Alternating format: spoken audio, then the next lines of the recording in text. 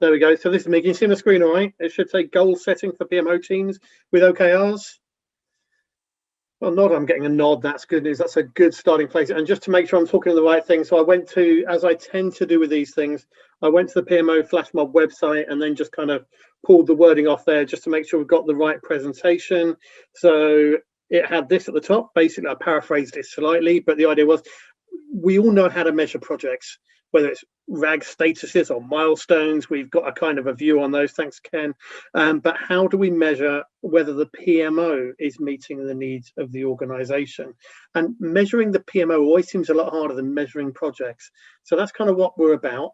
I'm going to talk about OKRs and two very simple steps. Firstly, we're going to look at what OKRs are, and I'll try and bring in some PMO examples from different types of PMOs.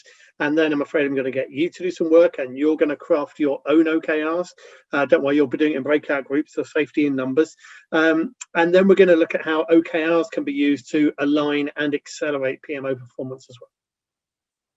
Are we all in the right place? We hate TLAs, but what's an OKR? There is a slide on that later on, but let's do it now. So OKRs, it's shortened down objectives, which is the O, and key results, which is the KR bit. But I'll explain that and break it out for you in just a second. But first, I want to tell you a story of something that I've kind of got into recently. It all started off with my wife getting a new iPhone, and because she got a new iPhone, there was you got free access to Apple's arcade game system for 3 months, and there's a few good games on there because she gets it. We've got family membership, so we all get access to it. And I started playing a game. Now, I don't know if anyone knows what this game is. Has anyone seen this game? Has anyone got an iPhone? There's something called Mini Motorways. And it's kind of become my sort of lockdown obsession, because basically what you do, you get, it starts off with one of these kind of little one of these little factories pops up, and a few houses of the same color, and what you have to do is link the houses to the factories, and basically it's kind of a pull system. So as a house is connected, cars can go from that house to the factory and service its needs, and the factories get busier, and they go to that round shape, which means they have even more demand. And then you've got rivers to contend with. On some of them you've got tunnels that you have to do through mountains, and then you can build motorways, which are those kind of 1, 2, 3, 4, 5 things over the top of it, and it's oddly addictive. It's called Mini Motorways, Eileen. And the reason I'm sharing this with you is because I was playing this for a little bit, and I was sort of like getting myself sort of scores of around sort of 300, 400, and it's kind of exciting. And I sort of look at different ways of doing things, and I sort of might get a higher score one day than the next and get it sometimes up to 450. And I was quite excited by that, until I sort of had a conversation with my wife, and found that actually she was hitting scores that were over 1,000. Now that was substantially different to what I was doing, so like mind-bogglingly different to what I was doing. So I thought about that and thought, what do I need to do differently to get those kind of scores? It's quite carrying on the way I was going, because I was consistently getting those scores around the 480 mark, sometimes pushing it to 485, sometimes pushing it to 490. But going for 1,000 plus, that was kind of a step change. That was a mind-boggling step change. I had to do things differently. So it wasn't enough to just sit on the couch and play it. I had to go onto the internet and start looking around. I had to go into Reddit forums. I had to look at YouTube videos. I had to understand what techniques people were applying. I had to sneakily look over my wife's shoulder when she was playing, just to get a few tips and understand how she was doing it. And I learned a few things about how the game is played. One of the big things for me, actually, which I kicked myself for not realizing earlier, because I work a lot with agile teams. I'm a big fan of Kanban, and what I hadn't realized was this is a pull system. And for Kanban people, that's kind of how we set things up with in the Kanban build, with whip limits and everything like that. And a pull system means rather than just pushing things into a system, it's the pull that is the important thing. And that was an eye-opener for me, because I suddenly realized that it wasn't about trying to connect every single house to the factories, but it was about servicing the needs of the factories by connecting just enough houses to it, and no more than that. So if you look at this sort of map here, I've got this greenhouse just sitting here by itself, not connected to anything. And that's okay, because I don't need to have it connected to anything, because there wasn't a factory at that precise moment that was green that desperately needed its attention. So I learned all these different techniques for it. And I'm quite pleased with the result I got, which was this one. As you can see, I've now got up to 2,000, over 2,000 on Manila, Rio de Janeiro, and some others. Still struggling a bit with Zurich there, but definitely making some amazing progress. Now, why am I telling you about my little obsession with mini motorways? Well, it's because it's how I want you to think and reflect about how we set goals in organizations and in the PMO. A lot of the time, the goals we set tend to be ones that are aligned to our bonus schemes or incentive schemes and things like that. And I've had those conversations where I sit down with my manager and they say, right, well, let's look at your objectives for this year. And there's an art to that, certainly if you know your bonus on it. And the art is this: you need to set a goal that sounds like it's a bit stretching and risky, where you go, I could maybe do that. But in yourself, you know that it's achievable, because you want to get your bonus at the end of the year, right? There's no incentive at all to go for those massively stretching goals. There'd be no incentive for me at my 450 score on mini motorways to suddenly set myself a bold, audacious goal of 1,000 plus, or even 2,000. Those kind of moonshot ideas just don't happen in that environment. And yet, what you've just seen, when you set yourself those crazy goals, those big goals, you change your way of thinking about things. I moved away from, I'd probably still be sitting here doing my sort of 480, 490, had it not been for that idea of saying, let's target 1,000 plus. I changed my way of thinking about things. I changed my mindset. I went and looked on the internet and found different ways of doing things. And I changed my game strategy. And now I'm at 2,000 plus. Being able to set those goals that are bold and audacious and take some risks around them allows us and encourages us to be more creative and make those step changes in our organizations. If you listen to people talk about OKRs, a lot of people say, oh yeah, it's a Silicon Valley thing. All the trendy Silicon Valley startups are doing it. And that is true. But it didn't come from Silicon Valley startups. It came from big companies. It came from Andy Grove, who was at Intel, and Intel are big. Yes, they're tech, but they're big. And he had this to say about goals. He took the view that objectives should be hard. You should set them at a point that even if you push yourselves, you should only have a 50-50 chance of making them. And the reason he said that was because there was this belief that output will be greater when everyone strives for a level of achievement beyond their immediate grasp, even though trying means failure half the time. And he said that such goal setting is extremely important if you want peak performance from yourself and your team. Now, the only thing I'd add to that is that's important is when you're setting those goals, yes, they should be that level of stretching, but there is a very, very fine line between a goal that is exciting and stretching and a goal that is impossible. And you can kind of almost see that when you've done this a few times and you have conversations with people about the objectives they want to set and the measures they want to set for those, you'll kind of get a feeling for where those points are. You might be talking to somebody and saying, right, so you want to, I was talking to somebody about a marketing project that they were doing. It's like, right, okay, so you want to be able to increase the number of people signed up for your newsletter. So what sort of numbers do you want to set yourself as a target for the next 3 months? Maybe 100. It's like, okay, yeah, 100 sounds good. What does 200 feel like? Okay, we could do 200. What about 500? Well, okay, if we were doing 500, I have to think about actually, I need to put more time into that to other things. I'd actually be saying this would be the most important thing. And maybe we need to think about getting a different tool for it. That's a sweet spot because suddenly we're changing the way of thinking about it, changing the mindset about it. What about 2,000?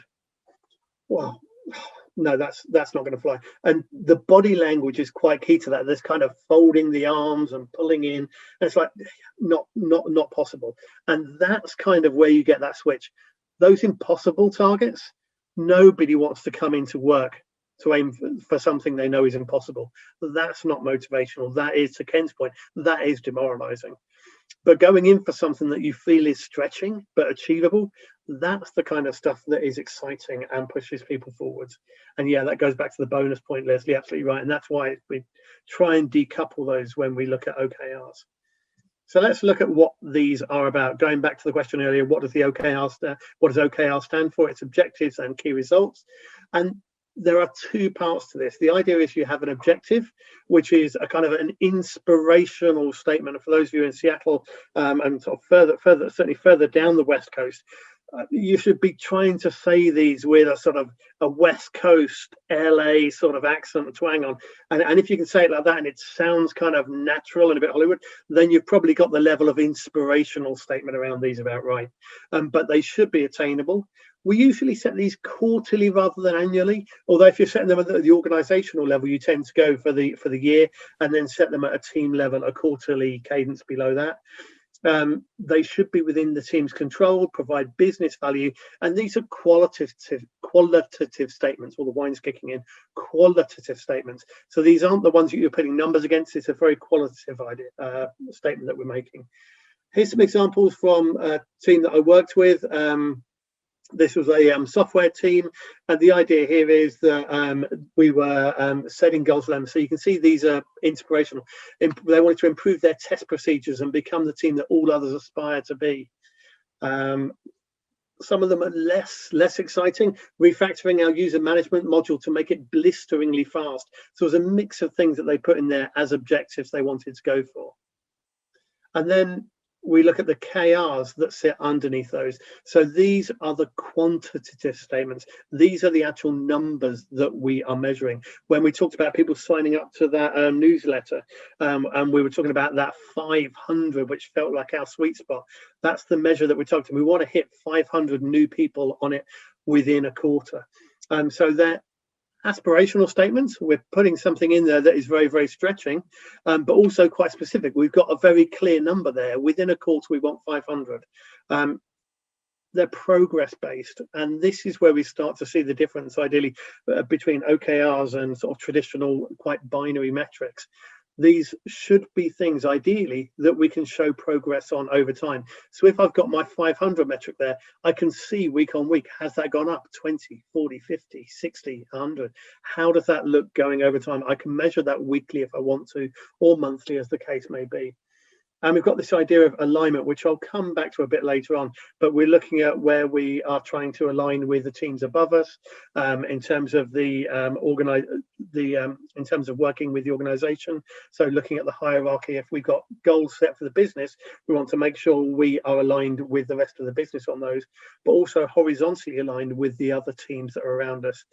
Sorry, the 500 one was from an example, Lane, that I gave a few minutes ago, talking about an example of you setting a goal for people signing up to a newsletter.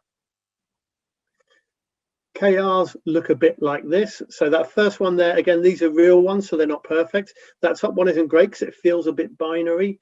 But then we've gone into some numbers ones there. So increase unit test coverage from 50% to 75% of the code. If they had 50% coverage right now, it's quite easy to see how moving from 50 to 75 is something that you can gradually work on over a period and gradually increment that and move it up.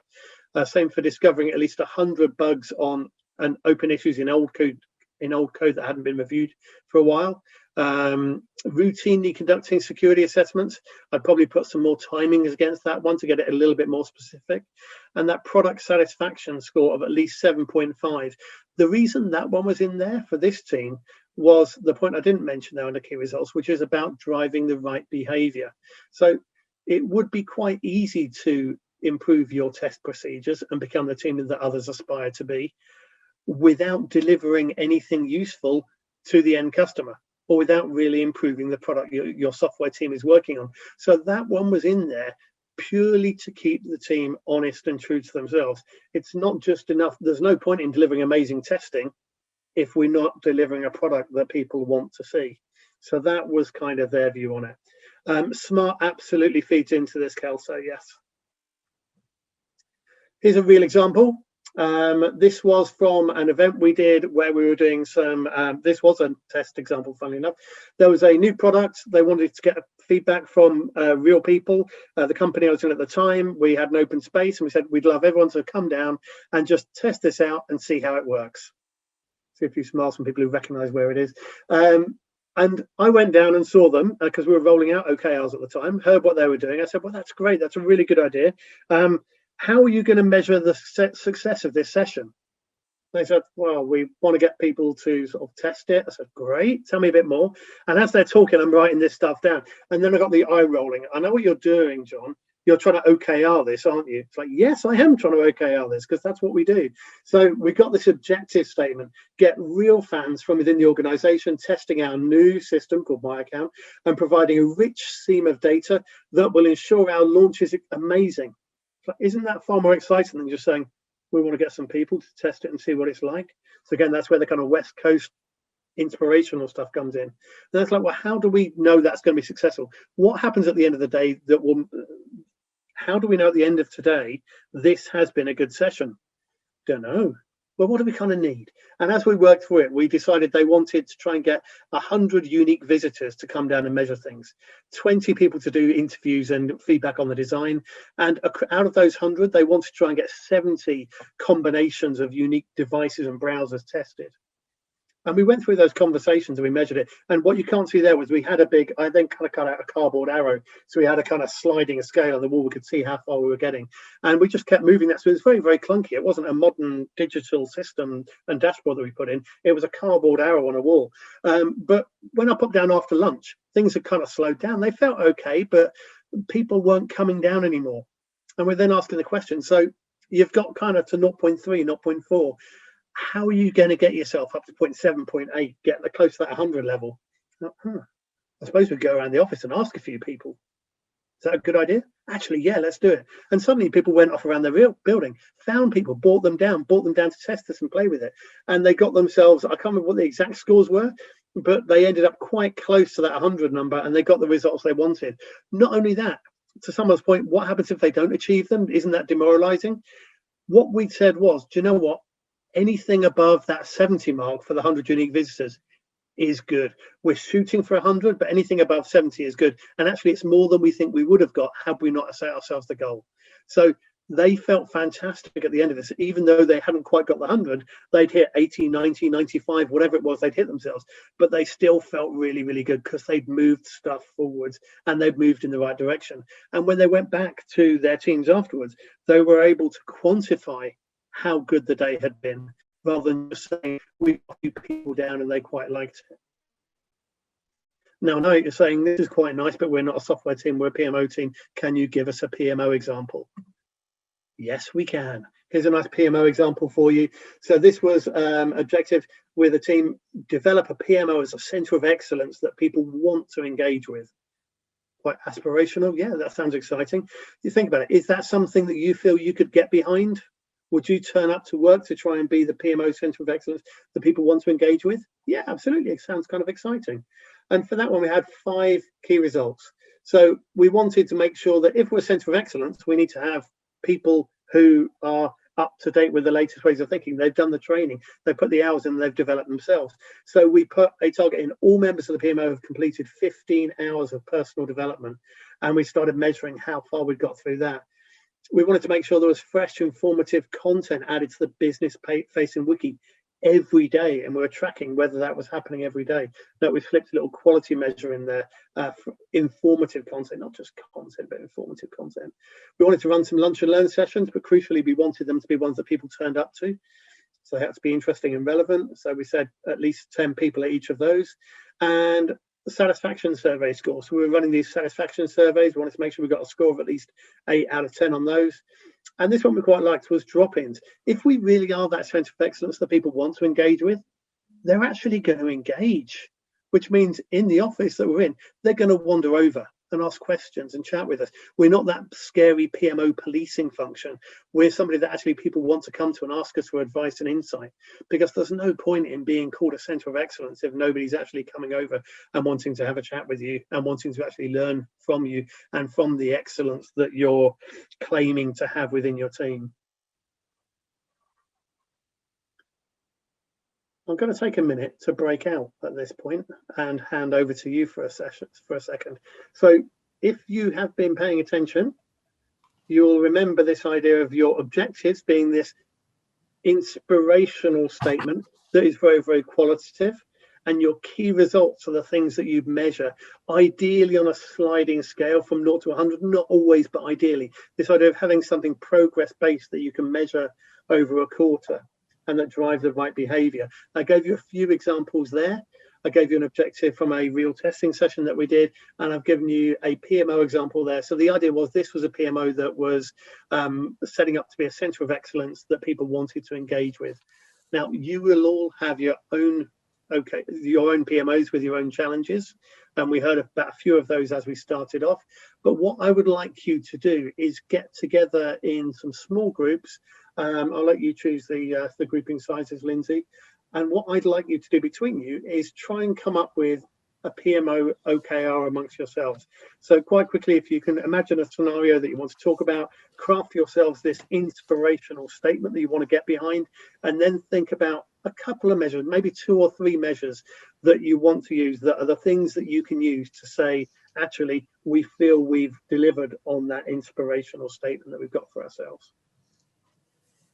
So I'm probably not going to get through all of the room. So let's just take a couple of examples. And actually, if somebody from the room is able to just share some of the examples they've got in chat as well, that'd be amazing. Who wants to share out loud? Have we got any volunteers from any of the rooms? Go on, somebody be brave. Well, in room 5, we had a very philosophical discussion and didn't really produce much, if I'm honest. We found it quite tough because your example was so good. So we kind of got to, I don't know if it's inspirational, but future-proofing of the PMO. So, you know, to ensure you're still adding value. But in terms of the KR bit, we didn't get that far. I'm really sorry. But we enjoyed ourselves.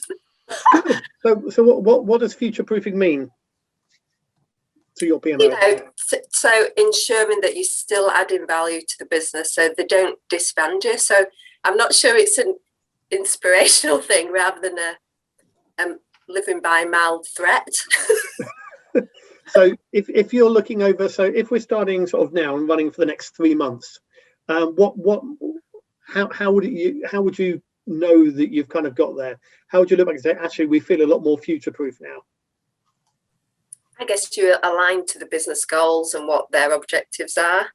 So those higher level objectives and delivering to those. Because when I did have a quick sneaky peek at what I've got within my my PMO, and it is all very, you know, saving 10% of, you know, of budget and all. It's all around cost, you know, efficiencies, but it's not, you know, it's not inspirational.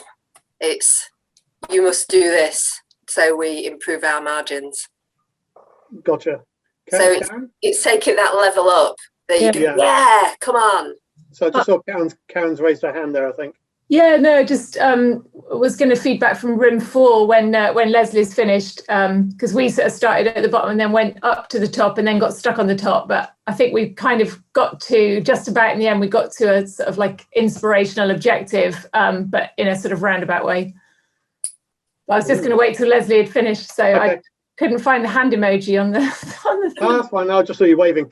So Leslie, that sounds great. So the future proofing in your case is when you sort of look at what that means for you, it sounds like you might have one KR, which is if you looked after a portfolio of projects, for example, you might be saying we can map 100% of our projects directly to strategic level initiatives or whatever that might be. Yeah, and I think we're kind of okay with the KR bit. It's the inspirational quote that you give to everybody else in your team to get them geared up that we were having trouble with. Oh, I'm with you.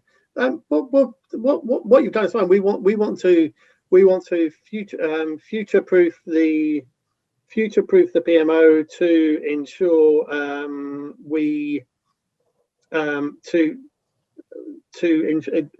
ensure we continue to. I'm trying to think, mine's gone blank. It's not inspiring, is it? That's the thing. It does sound more like, oh, how do we make sure they don't cut the function? But it's not, is it? It's about how we continue to improve project and program delivery in our organisation. You know, it's the longer term view as opposed to the short one. So yeah, and I think because we're trying to focus on a quarterly objective, it's how you kind of simplify or take it up a level. I'm not. Yeah, we found it quite tough. Like Chris has just said, the future's in our hands. Let's drive it. Absolutely. So I see. Yeah. Thanks, Chris. Perfect. What else we got? Has anyone got any nice inspirational statements for us? Nice inspirational objectives? Shall I just go from room 4? Yeah, go for it, Karen. Okay, so we ended up sort of at the end with something along the lines of increasing the speed and success of our projects. Yeah. And we started off thinking about who the customer was, you know, so we're trying to get projects through quickly so they deliver their value and they don't fail along the way. And it was linked back to something Richard said about getting faster reports out and cutting the waiting time to make those decisions and things. And then Manjit and myself are implementing PRM tools, and that's all about instant reporting. And, you know, so we're bringing all those things together, but it was all about getting that great visibility, easier time for the PM, so there's less time them rekeying and all that sort of stuff, so we'd get to the value faster. So that was pretty much our discussion. No, I love it. Big fan of faster. I like the way you've got speed actually in there, and then you can see how the KRs come underneath that. You can look at things that you want to reduce the cycle time or lead time on, or touch time, and all those kind of things will then feed into those. So I like that. What else we got? I see Sharon's put one in chat, and yeah, if people want to just pop ideas in chat, that works fantastically as well. We've got a group 1 objective, a PMO that creates relevant, engaging, and creative comms channels. So that sounds good. You can see with those statements that actually that feels like something I'd want to get engaged in. I want to get behind that. And maybe you don't want to make yours a completely sort of Hollywood sounding, very, very cheesy inspirational statement. Maybe that isn't your team. But think about the aim here is to get something that people in your team will go, do you know what, actually, yeah, that's something I could get behind. That's something I could get excited about if we actually achieved it or got close to achieving it. That's something that I want to be a part of. Live an ambitious project office of one that drives value of our projects and programs for the organization. Fantastic. And then just thinking about how you then measure that, and that's the challenge. How do I take that and put some KRs underneath that? How do I define what that driving value means? And that will vary from PMO to PMO.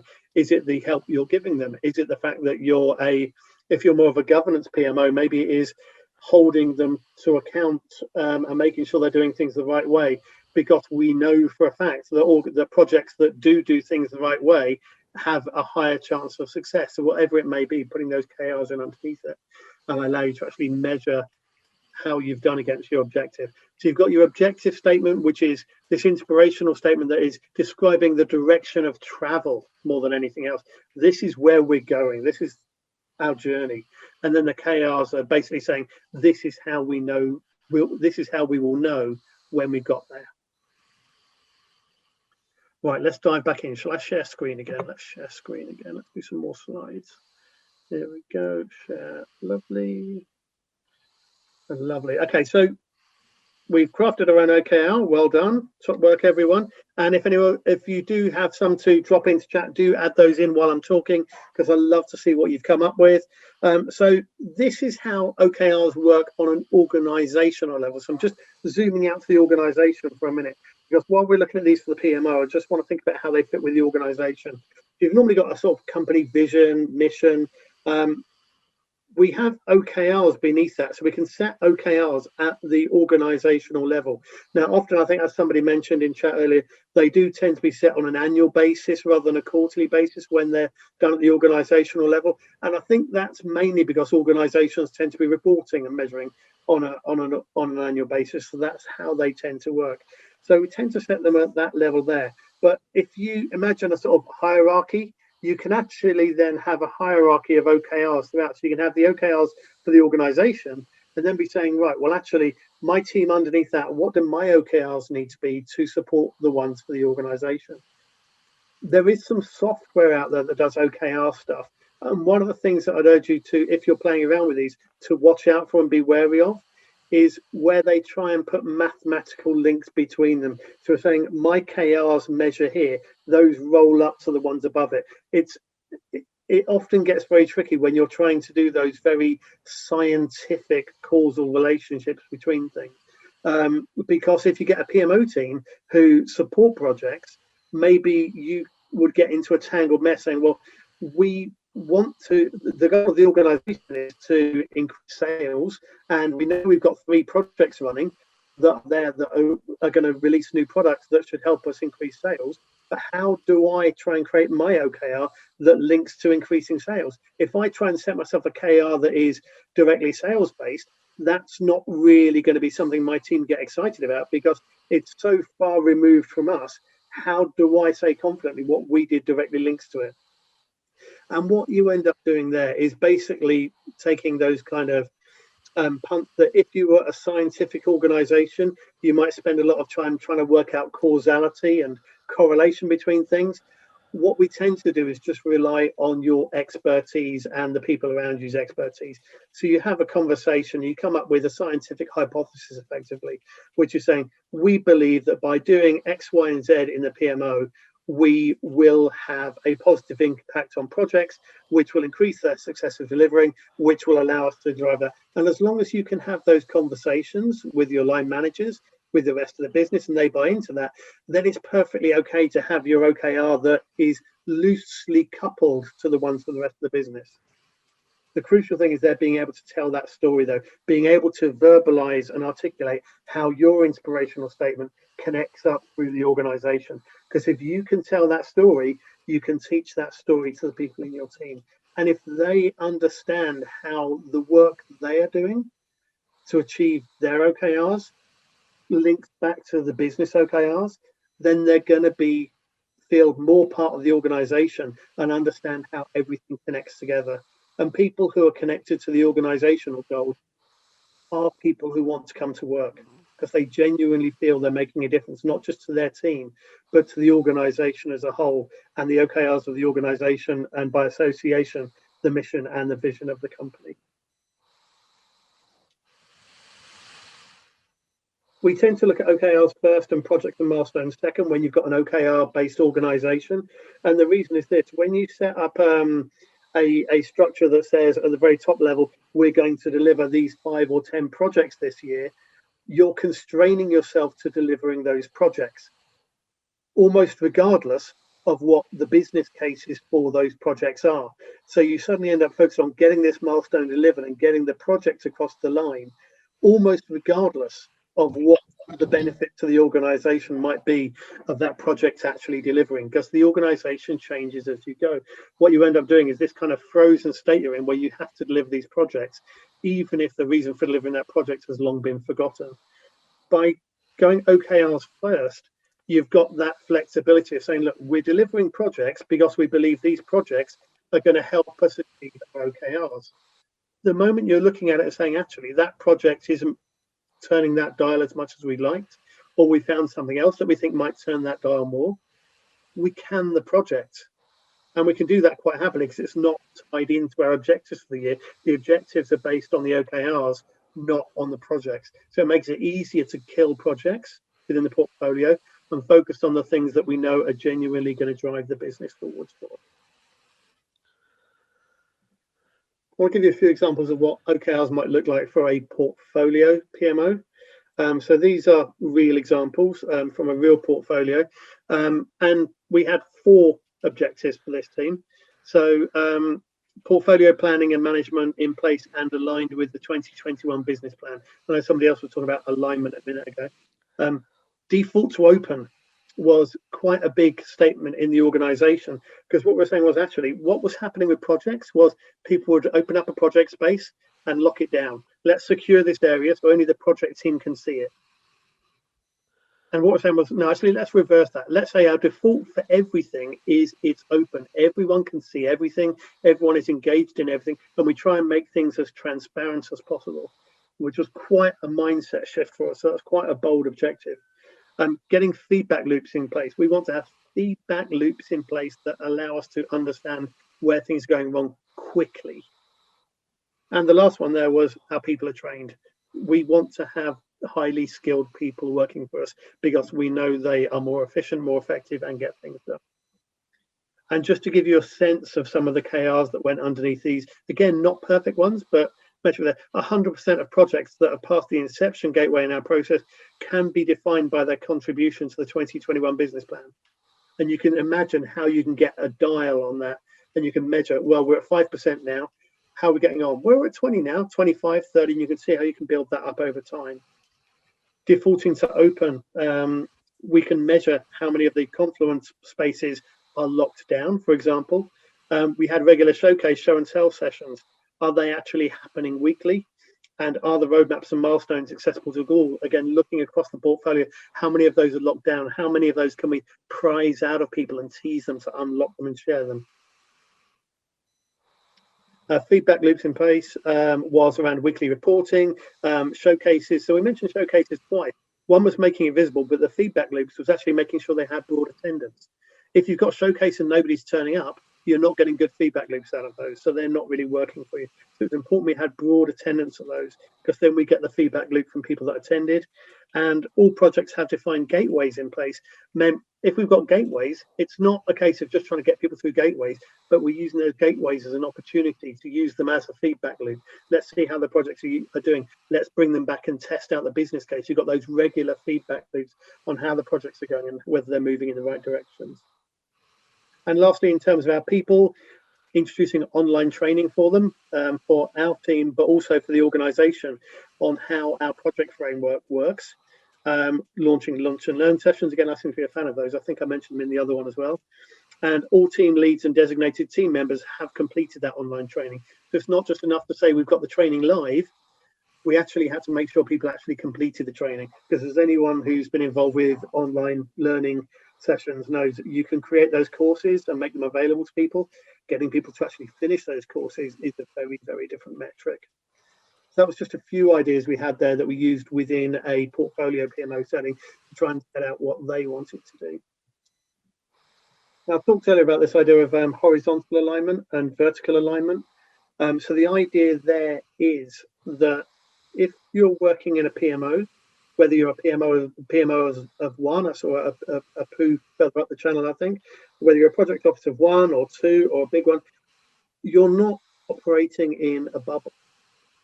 And the goals that you have as a PMO need to align with everybody else. So what we try and do when we're creating OKRs is make sure we're vertically aligned, vertical being up and down the organization. So you'd normally start by looking at what the goal levels are above you. Now, if your organization doesn't have OKRs, that doesn't matter. You can still play around with them yourself. So look at what the company goals are in whatever format they are, and think about what you are doing as a team in order to help enable one or more of those goals. So the idea is that you should be able to say, for your objectives, you should be able to tell the story of how you are aligned vertically upwards and how yours link into what the organization is doing. Horizontal alignment is important as well. We can all be guilty in the PMO of getting quite excited about how we're going to make our PMO the best PMO in the world. And if anyone's looked at maturity models for PMOs, chasing maturity scores can be an interesting and dangerous path if you don't keep looking back at what the organization is doing. If you want to get to see PMO maturity level 3 from level 2, that's great. And you might look at it and go, right, well, what we really need to do here is increase our risk management score and increase our communication score. And you might strive to do those things. That's great. But are you horizontally aligned? Is that what the people working alongside your PMO need you doing? Or do they really want you working at the start of the input funnel, making sure that business cases are valid and we're starting projects up in a timely manner? Or do they really want you helping to get projects across the line and finish them? Or actually, do they not care about a lot of the projects, but they really, really care about this one little area here where things seem to be failing, and they've got weak project management and they're really scared of it and need some very specific help in an area. So that's where we try and align horizontally. And it's not just about what you can do to help others, but it's actually making sure it's the other way around as well. So where you might have a goal of saying, actually, we have a goal of trying to make sure all of our projects have a business case aligned with business strategy. Let me just take that OKR. Before we finalized it, let me go and meet with a few of the heads of department who tend to come up with projects. Have a chat with them. We're looking at this and we're concerned that we end up doing projects that don't quite align to where we're going as an organization. We want to improve that. Here's a goal that we've set for ourselves. What do you think? What have you got in your goals that might help us achieve ours, and how can we stay close and connected on this? And what you're doing there is getting buy-in from the people around you to your objective. And if people are buying into your objective, they're more likely to help you with it. And if they're helping you with yours and you're helping them with theirs, you're breaking down those barriers, those silos across everything, and allowing the business to move forwards. So vertical alignment is what we normally do naturally in our silos, but the horizontal is the important bit as well, trying to cut across those silos and move forward together, helping each other move your OKRs forwards. One of the beautiful things about that, and one of the things that makes that easier, by the way, is the way we score these. So I scored that earlier one with percentages from 0 to 1. Because we make these measurable as much as we can, we aim to get all of our KRs defined in such a way that we can score them from 0 to 1 or 0 to 100%. And the reason we do that is because everyone in the organization, they don't need to understand what a PMO does to understand where you are with your KRs. If you're talking about it and saying, well, we've got some OKRs and we're currently at 0.5, but if you do this for me, and if I can do this, and if I can do a presentation, you guys sign off, I think we can hit 0.7. You kind of end up in an OKR organization of having that universal language of people wanting to help you hit your 0.7 or your 0.8 or your 0.9 or even your moonshot of 1.0 or 100%. So you end up with that universal language. Everyone should know what it means to be at a 0.3. We've not moved very far on this one. And everyone should be able to share with you that success of getting to 0.8, 0.9, 1.0, because everyone knows what that means, even if they don't quite understand what the subject matter is behind it. I've talked about this already, this idea of having clear line of sight of where we're going. Being able to, once we do have that alignment in there, you should be able to start telling those stories about it. So how your OKRs align with the OKRs of the department above you, and how they align back to the organization. Storytelling is a huge part of the goal process and should be a huge part of your process. We can often get caught up with defining our OKRs and then setting them for the individuals below us. We're not always that good at then doing that backwards pass and working with those individuals to help them understand how it works all the way up the tree. So do try and encourage them to understand how those connect all the way up. And once we have that, what you'll find is projects that people are doing, initiatives or tactics that we do in order to achieve our KRs, it's a lot easier to bring them back to the KR numbers afterwards. So even in the PMO setting, you might have a PMO analyst in your team who's working on a spreadsheet. And the idea is that if we can get this spreadsheet tidied up a bit and looking nice, we could pull out some numbers for the organization that are going to allow them to make better decisions around what projects to tackle. Now, it's very easy when playing with a spreadsheet, because I've done it several times, to lose yourself in the spreadsheet. Immerse yourself in making it the best spreadsheet it can be, with clever macros and whizzy bits and all sorts of different views, and using the latest VB and things like that. And it can be fun, but we're not aiming to deliver the best spreadsheet in the world. My little project might be the best spreadsheet in the world, but my objective is to deliver information that allows the business to make effective decisions. And one of my KRs on that is to be able to show them, I don't know, whether it's ROI figures or whatever it may be, develop this insight. So I might be doing my project, or my PMO analyst might be doing a project within Excel, but we can always bring them back to, okay, it's great. I see what you're doing. I love how that works. Let's just come back to the OKRs for a section. How do you see that moving the dial on this one? Is it moving a dial yet? If not, what can we do to help push that number a little bit higher? So you can always bring it back to what the original purpose was, which was achieving the objective statement and moving in that direction rather than delivering a spreadsheet. Great comment there from Walid in the channel. So the company he works at, company Willie works at, uses a tool in which the CEO sets his OKRs at the beginning of the year, then his directs set theirs to ensure they align all the way through the organization. And there's full transparency there, so everyone can see everybody's OKRs for the year, which is very, very useful when you're trying to appeal to a stakeholder or meet somebody for the first time when you're collaborating on something, which is great. And that's actually how Google do it. Everyone's OKRs are published. So if you are trying to get somebody on board with something, you can have a look at their OKRs. Do yours align with theirs? Do you have that horizontal alignment? If you do, that's great. Chances are you'll be able to align and move forwards together. If your OKRs and theirs are entirely different, are they going to have a conversation with you about helping you with yours? Probably not as likely, because their focus is elsewhere and your goals aren't aligned with theirs. So it's good to get that insight. And yeah, you can use that for stakeholder management and getting people on board with things as well. So yeah, great example with that one. Thank you. If you're setting out to play around with OKRs in your organization, and I do encourage you to have a play around with this, I just want to give you a few words of warning, because I can see some of you are playing around with this already. So this is one of those things like Agile.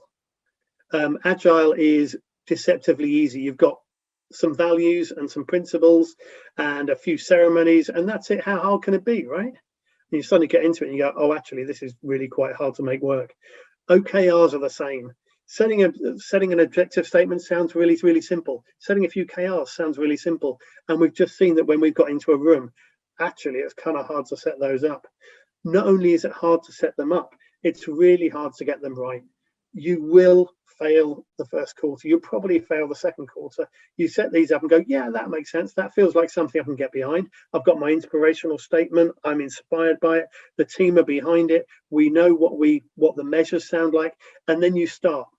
And then 2 weeks in, you go, right, let's just measure our OKRs. And you go, oh, actually, we don't know how to measure that one.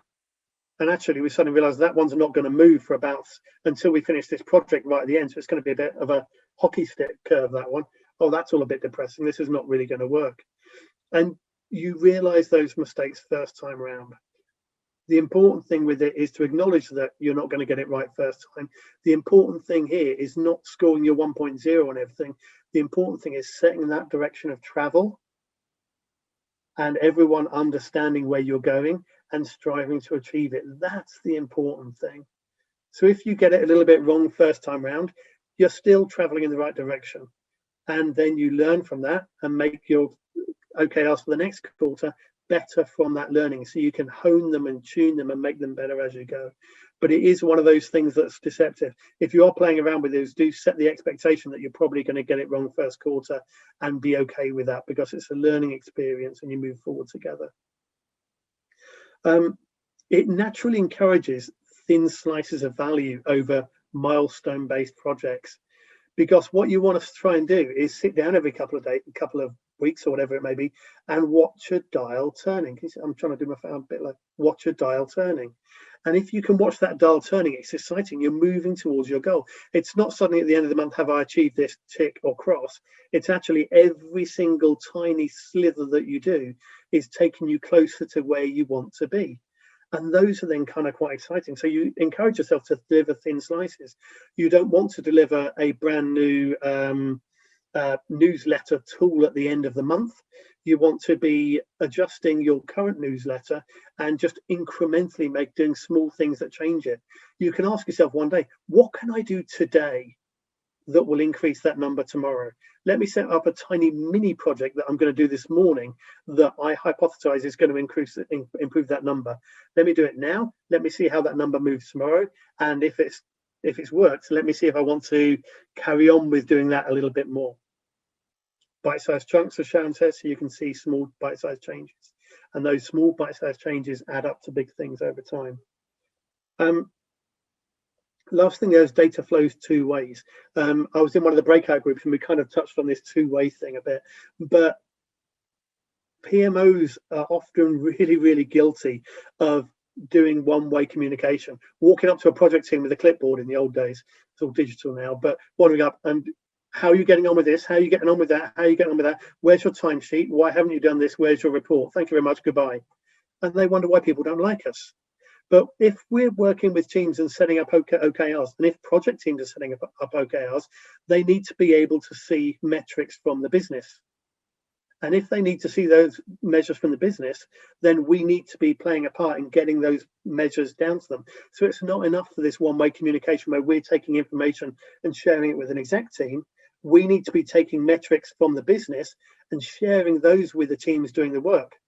That's very, very true if you're working with software teams working on agile projects. We talk about them being self-organizing. How can they be self-organizing if they don't see the sales figures? How do they know what to work on? How do they know what to focus on? So we can play a major part in actually reversing that feedback loop and getting information from the execs into our project teams and into our software teams as well. And being able to do that allows them to set KRs that are measurable and valuable to the business as well. So we talked about what OKRs are. We've played around with this idea of how we can use them to align horizontally and accelerate PMO performance. I've talked a lot about how in the past about the PMO being a catalyst, a sort of driver of energy and something that accelerates projects. Something that accelerates the business and drives things forwards. And I know some of you feel the same way about that one. But I do want to let you into a little secret, because whilst we have talked here about the OKRs that we might set for our PMO, and whilst I've given you quite a few examples of OKRs that we could use for a portfolio PMO team and other teams, there's a harsh reality out there. And this is it. Nobody in the business really cares about our PMO metrics. Nobody cares about project metrics either, for that matter. We might get excited about S curves and milestones and those kind of things. The business cares about business metrics, not PMO metrics. So this is probably the other challenge that I would give you when you're thinking about your OKRs and the goals that you want to set for your PMO. If you're setting OKRs up that are very focused on project metrics and PMO metrics, chances are you've ended up looking internally at what you're doing within your PMO. I encourage you, if you're doing that, to challenge yourself to look externally and try and re-link with the business. What are the business objectives? How many of my objectives are business objectives rather than PMO objectives? Because if you're aligning closely with the business objectives, then chances are you're going to be supporting projects to deliver business value rather than to deliver very nice reports in the right color scheme and the right fonts and all those kind of things that we can be guilty of slipping into. I just want you to have a chat and then share a few ideas back with the group. And the question is this: which of your business objectives can your PMO move dials on? And the reason I want to throw that one out there is because I've had a few chats with PMO teams that sit and say, well, actually, I don't think we can. We're here to support projects and we're so far removed from those objectives that they don't really count for us. And actually, when you talk through it, you always end up finding a few things that they can do. Has anyone got any examples? Business objectives that your PMO can move the dials on? I've got one. Go for it. Sorry, my video doesn't come on though. I don't know why. Liz Beadle from KCC joining for the first time. So hello to everybody. Hi. First thing that sprung into my mind was save money. Yep. And so, is one of the business objectives for this year save money? Yes, I mean it over the organisation is around efficiency and best value, obviously, for money, but obviously trying to minimise the public spend. Also, as we're spending obviously public funds. So yes, it'll be very much in our local strategies and organisationally to reduce our expenditure, but obviously still deliver value for money on the back of that. Also efficient, effective processes, all those kind of things. That right up the PMO street. That sounds like a great one to get behind. And the great thing about saving money is you can already sort of imagine with that how you can come up with KRs that actually have a sliding scale of how much have we, maybe not in terms of pounds, but certainly in terms of time saved on things like that, and making those calculations. If we've saved this much time in a process, how much of that in equivalent FTE terms have we saved the organization as a whole, which frees people up to do other things that are valuable for the business as well, or allows organizations to save money. So yeah, lots of great things there, which is fantastic. Yeah. What else we got? Caroline Piper's just shared one in chat, being the source of information to allow prioritization of projects, to make sure the right projects are selected given constraints, provide scoring mechanisms and management information for decision making. So that's a great PMO one. But which is there a business objective that directly links back to? I think yeah. So the business objective is we are in a situation where costs are, we're trying to drive down costs. We're trying to make sure that we only invest in those projects that relate back to our strategic objectives. So I think in our situation, the PMO can act as that sort of filter, provide the information. They don't make the decisions, but they provide the information that allow our seniors to see the relative position of each of those projects, so which ones to select. Yeah, because if we choose the right ones that are going to give us the biggest bang for our buck, then we'll save money by not doing the ones that by culling the ones that we don't need to do. Got quite a lot of, I guess that's a impact. So John, I've got one here for you. Go on, Nicole. John, business wants to be the supplier of choice within their chosen market or industry. PMO needs to contribute to that business objective. How would we go? How could we start setting a PMO objective that aligns with that? Because they do deliver customer-facing projects. So, okay, so delivering customer-facing projects makes it easier. So I'd say there's two things there that immediately spring to mind for me. Firstly, is just looking at the types of projects if you look at internal project PMO for a second, then I'll go to the external one. So for internal one, you could be looking at, right, how do we look at our intake process for projects to make sure we're favouring the projects that are the ones that align to this. That would be a very good way of doing things, because a lot of teams tend to have very generic project onboarding processes, but actually you can tailor those quite heavily. You can tailor the business case templates quite heavily to favour projects of a certain type, and you can communicate the type, be quite open with things. Don't just wait for projects to come in. Tell people that actually we have capacity for projects, particularly at the moment, that are of this type, that deliver on these things. If you have a project that is going to deliver on these things, chances are we can fast track it through the system, so you can actually encourage projects the right way then. In terms of if you're doing projects for customers, then the work you could be doing there would be either making it faster or more efficient to deliver a type of project for clients. So being able to tend to look at runners and repeaters. So if you've got regular types of projects you do, how can the PMO work with project managers to standardize the life out of those projects? So you've got standard ways of working across everything, which allow project managers to maybe do multiple ones, maybe to automate some of the components so they kind of almost run themselves. How you've got emails that automatically go out with the right templates that get the right information out to the customer at the right time, so you don't have to go back 10, 11 times to do the right things. So those kind of things. So I'd say those would be probably the areas that I'd be looking at based on the little bit of information you've given me there. Does that help? Nice. Thank you. Yeah, it does help. Hopefully it helps others. Any others from anyone else? I just saw Eileen said Becca, that's a great example of it. There we go. We're talking about implementing resource planning to stop people being overwhelmed. Oh yeah, that's a really good one as well, actually. Yeah, because we've not really talked about well-being much in this one, but actually it's been a crucial part of, I think, everything we've been working on over the last year, certainly in the teams that I've been working with. I'm sure a lot of you as well. I've seen PMOs doing amazing things over the last year in terms of keeping people connected, keeping people aligned and supporting people as well. So I think the PMO community has really done an amazing job with that, keeping projects connected to each other and keeping people connected. Got a business objective there around safe and inclusive working cultures. Fantastic.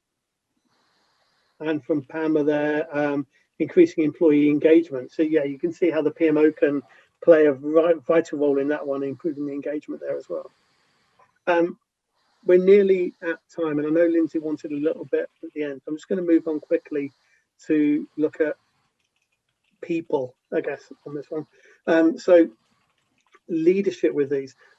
What you can do when you start talking with your team and getting them working with you to craft OKRs, you can really spark energy and ideas in people. It's a really good tool for doing this, because suddenly you're not, the goal setting doesn't become the chore that is linked to their annual pay review. This is about setting goals that are exciting, challenging, that we can move forward with. And because we know, we're saying up front that we've only got a 50-50 chance of actually succeeding on these, but if we're moving a dial, we're moving in the right direction, then you're creating goals in a much safer environment for people, so they're more inclined to take risks. And if you're taking risks and stretching, it's more exciting. So you can use these as a way of kind of sparking that sort of intrinsic motivation inside people. What do we mean by intrinsic motivation? We often talk about motivating people, and the reality is we don't motivate people. People can't be motivated. Motivation comes from within people, and that's where it comes from. What we can do is demotivate people. We're very, very good at doing that in organizations, by making things boring, by holding control over people, by making them follow rules that don't necessarily make sense, by telling them to work on things that they don't necessarily want to work on or feel comfortable with. We're very good at demotivating people. So what we can do by encouraging them to get involved in crafting their own OKRs and setting these stretching targets in an environment where it's okay to fail some of the time because we know it was bold, we're sparking that intrinsic motivation in people. And if we can do that with our teams, we end up with teams that deliver fantastic things.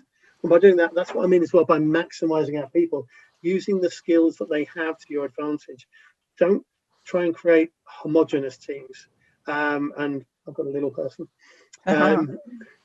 When we have, what I mean by homogenous teams is these kind of blended ones where I've seen, we say all PMO analysts should be a level 2 with Microsoft Project, a level 2 with Excel, and they need to be able to have good presentation skills. Because what you end up with is your PMO analyst who happens to be amazing at Excel, but doesn't like talking to anyone, will send emails to the person next to him rather than actually talking to them. You're going to look at that at the end of the day and go, right, well, they need to go on a presentation skills course, which they will hate and will hate you for it and will never do anything with it anyway. And your person who hates Excel but is really, really good at talking to people is going to get sent on the Excel course and forced to learn Excel macros that they're going to forget 5 minutes later. So maximize those amazing things out of your people rather than trying to end up with homogenous teams. And you can use OKRs to do that with them. By doing this whole idea of having these measures that gradually turn, we continuously improve our people. We're not suddenly looking at the end of the year to say, did you hit a goal? Tut, tut, tut, no bonus for you. But we're actually through the year saying, are we moving these dials? And by the way, I've said we don't link these to pay reviews and merit rise and those kind of things. We do, but to a small extent. I think Google, about a third of pay review decisions are made based on a third of the decision making is weighted on the OKRs that people have done.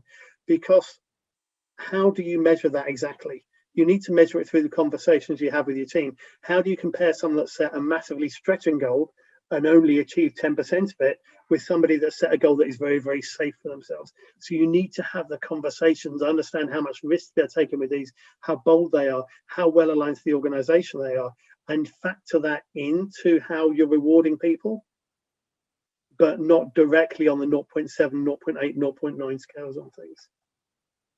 And that last one about enabling employees to define their own goals is important. And we, do I mean to be showing my screen as a message? Am I showing my screen? I'm not showing my screen. There's a slide. Hang on, there we go.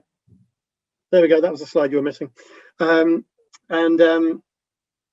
yeah, by defining their own goals, we inspire them to come up with things that they believe will make a difference. Where you have the control around that as the manager is saying, look, I want you to define your own OKRs, but you still expect them to be following the rules of saying it needs to be vertically aligned and horizontally aligned. So let them create their goals, but let them explain to you how theirs align with the business, how they align with other people around them, how they're supporting their fellow team members in the PMO, and how what tiny thing they're doing is actually going to make a direct contribution to the OKRs that the CEO has set himself right at the top of the organization.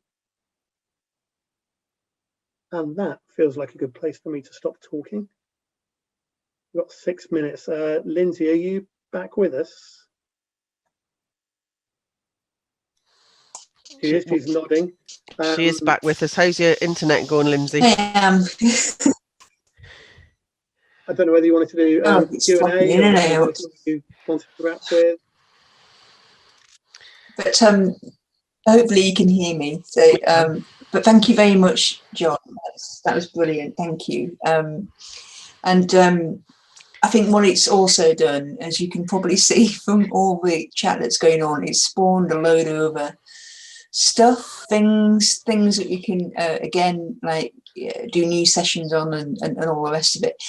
As you may or may not be aware, depends on how much you get the newsletters and what have you.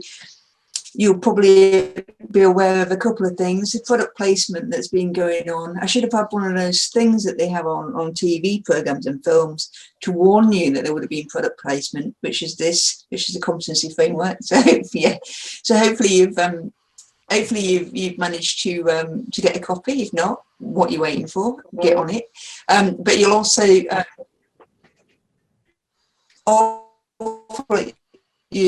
be aware that PMO Flash Mob is becoming part of House of PMO, and that there will be changes that are happening at the end of April. We'll be communicating those to you between now and then. But it's big change, lots of exciting stuff going on. We're going to be really pleased to bring it with you. One of the big things about it will be more sessions and different types of sessions for you to be joining in. But ultimately, it's about becoming a member and joining us in helping to progress the PMO profession in all that entails. So it's been a wonderful evening again. I've been frantically taking loads of notes and stuff, which you know that we get the recordings out to you. I will get this raw recording out to you tomorrow. So it'll be, no bells and whistles. And then it'll be all nice and tidied up and what have you. But you can have it straight away. And then it'll be updated on the website and stuff. So you'll get the deck and what have you. Hopefully it's inspired you to have a go. I know it's not easy. I think I remember talking to John when he first started talking to me about this a couple of years ago, I think it was. It is incredibly difficult, and it's just lots of different skills come together. Absolutely. And so some of your ideas that have been popping up today on the chat, we absolutely will pick those up and run with them. And so hopefully we can bring those to you in the future. So if it's your first time, hopefully you've enjoyed yourself. Hopefully feels a little bit different from a lot of other stuff out there. The reason why is it's a community, and it's what I've always found about PMO people is that they're great at talking to each other and sharing stuff, and that's what we're here to do, is just facilitate that to make it happen. Eileen, any quick words? No, just I've put something in the chat there. If you're not part of the Flash Mob community on LinkedIn, then do go over and join that so we can continue the conversation. There's lots of stuff gets added to that.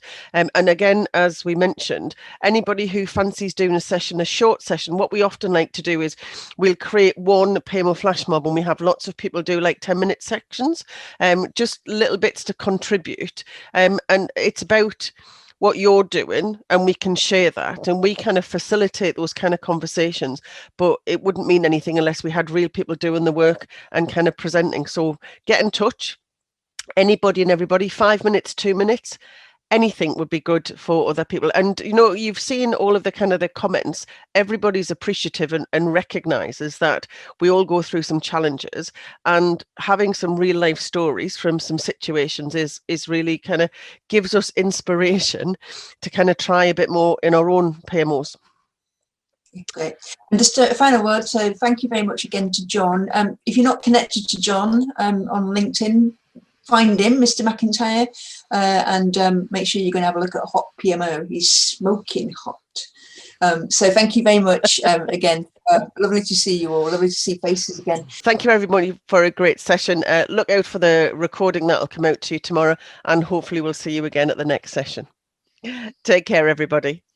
Good evening. Cheers. Bye-bye. Thank you. Thank you. Bye.